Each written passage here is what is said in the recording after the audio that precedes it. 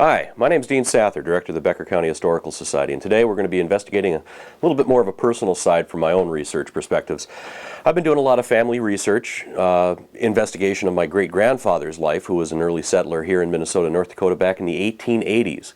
And I'm going to show you some of the fun things and some of the kind of circumstantial evidence that I've been able to come up with that helped me flesh out the life of my grandfather and learn more about him as well as the communities that he lived in. And one of them is quite familiar to you. We'll be right back.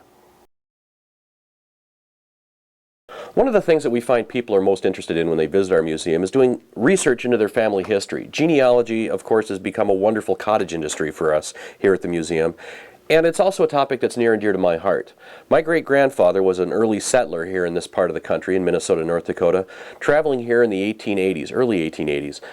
Now, he settled up in northern North Dakota in Towner County, but when he first came to this country, he spent a lot of time in this part of the country, in Moorhead and Fargo.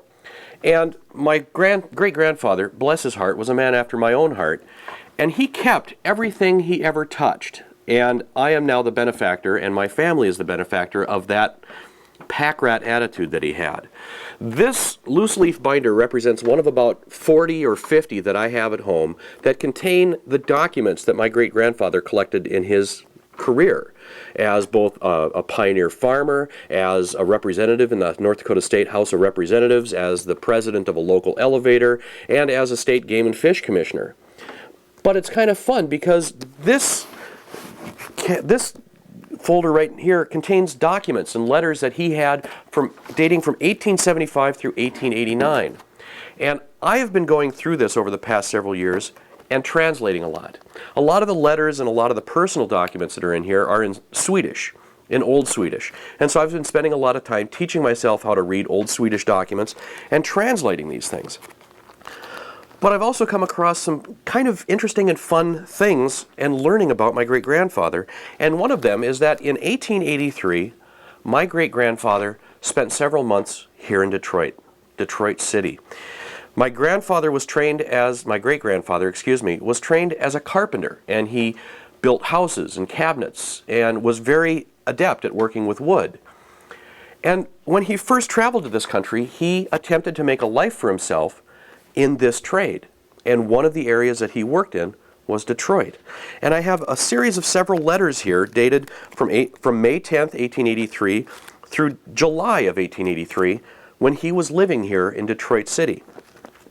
Now, I haven't translated all these letters yet, so I don't know exactly what he was involved with or what he was doing, but one of the fun things that I came across were letters that he received from individuals who lived in Detroit after he left and moved back to Moorhead, Minnesota. And this is towards the end of 1883 in September and December. Now, a series of these letters, this is a wonderful example right here, is a letter that my great-grandfather wrote to a gentleman by the name of F.B. Chapin. Now, some of you that are familiar with the history of this area will recognize that name. F.B. Chapin was an agent of the Northern Pacific Railroad Company, and he lived here in Detroit as well as in Moorhead and Fargo for several years as the railroad was developing and that trade was increasing. Now, F.B. Chapin also owned a lot of land in Fargo, and there are several subdivisions named after him. But one of the things that my great-grandfather wrote is asking if there was work available. And here's a letter asking that while he is unemployed, my great-grandfather would love to come to work for Mr. Chapin as a carpenter. Now, this letter was forwarded to a gentleman by the name of John W. Mercer, who lived here in Detroit. And my great-grandfather, C.P. Peterson, and John W. Mercer became friends and colleagues. And so I have several letters dated between September and December 1883 discussing work and their friendship.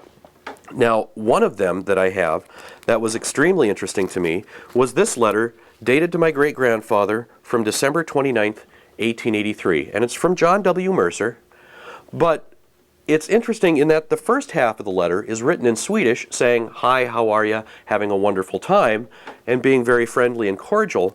But the second page of the letter describes a story of tragedy, if you will. And let me read to you what it says. "Yes, Charlie, I have lost everything except my tools. I have left them in the house when it caught fire, when we were all away. Mother and Stella were the only ones left in the house when it caught from a stove fire. I got home just as the fire was coming out of the roof. Now, the tragic thing is that he lost everything. But the fun thing is, if I can say fun thing in such light of such a tragedy, was that I was able to go back into the newspapers here in Detroit at the holdings of the Becker County Historical Society and find more about the Mercer family.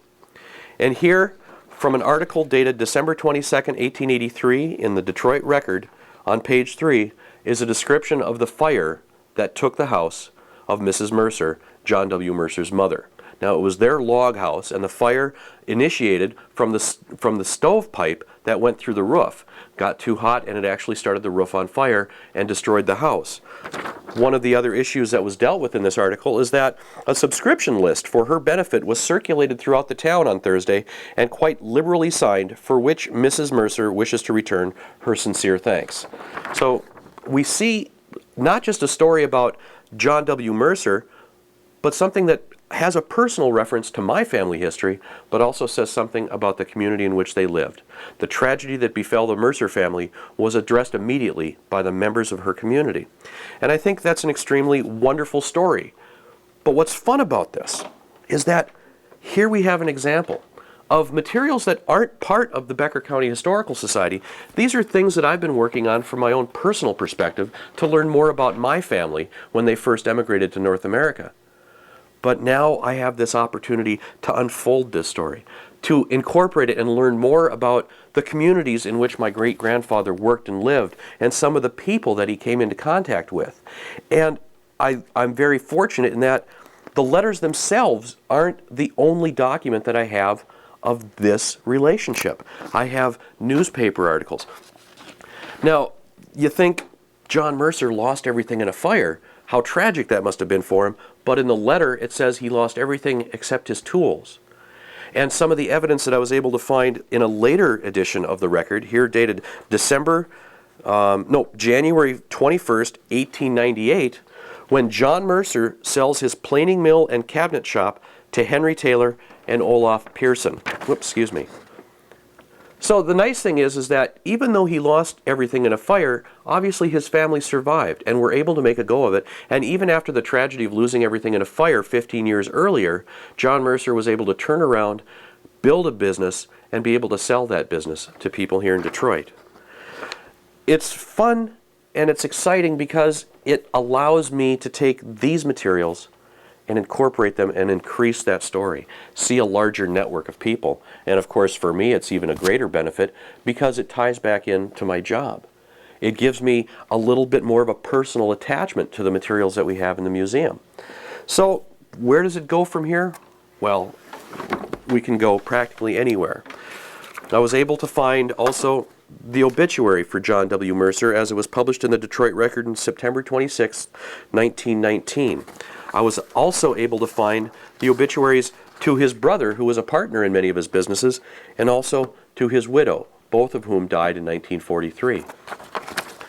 The stories that we can build show that it's not just a bunch of dry facts, and it's not just a bunch of artifacts that we have in the museum, but all of these artifacts are parts of people's lives.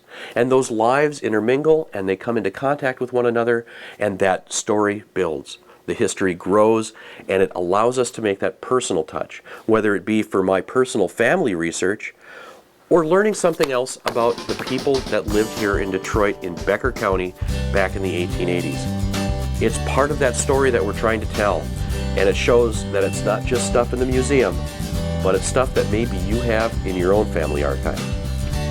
So once again, I invite you to come and join me at the Becker County Historical Society and bring the things from your family, and maybe we can start telling this story here in the museum. My name is Dean Sather, and this has been a little history of Becker County. Thanks for joining me.